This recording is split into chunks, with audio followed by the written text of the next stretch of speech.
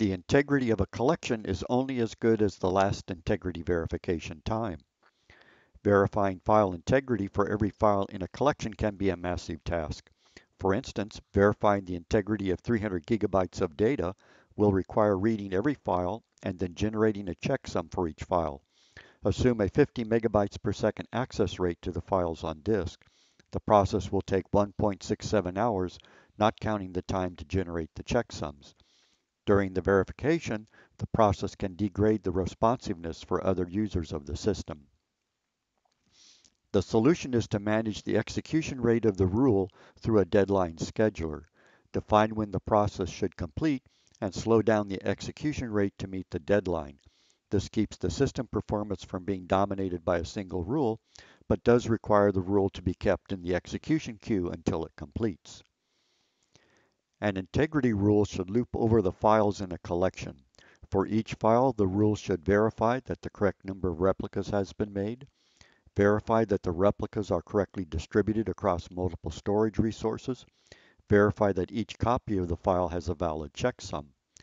To improve performance, the checksum should be generated at the storage location of the file. This avoids moving files over the network and incurring a network latency. Multiple policies will be needed to manage verification. These include environment initialization. The default storage location for the replica needs to be defined. Replication enforcement.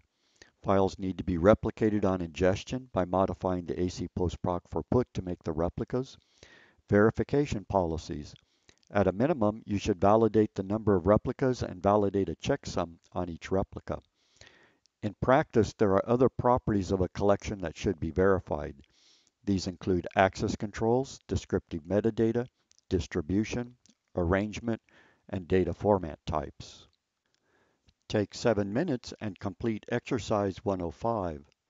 Decide on the number of replicas that you need. Where should your replicas be stored? How frequently should they be verified? Should files be put into a deep archive such as the Digital Preservation Network?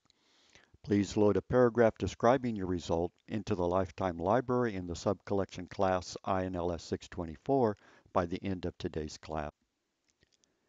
Please turn in homework assignment 14 by noon on Monday of the next week. Identify 10 assessment criteria that should be periodically validated. How are these related to the 5 assertions about the preservation environment? Point out the additional criteria you selected and which assertions they validate. Our resource is Chapter 7 of the Policy Examples Workbook.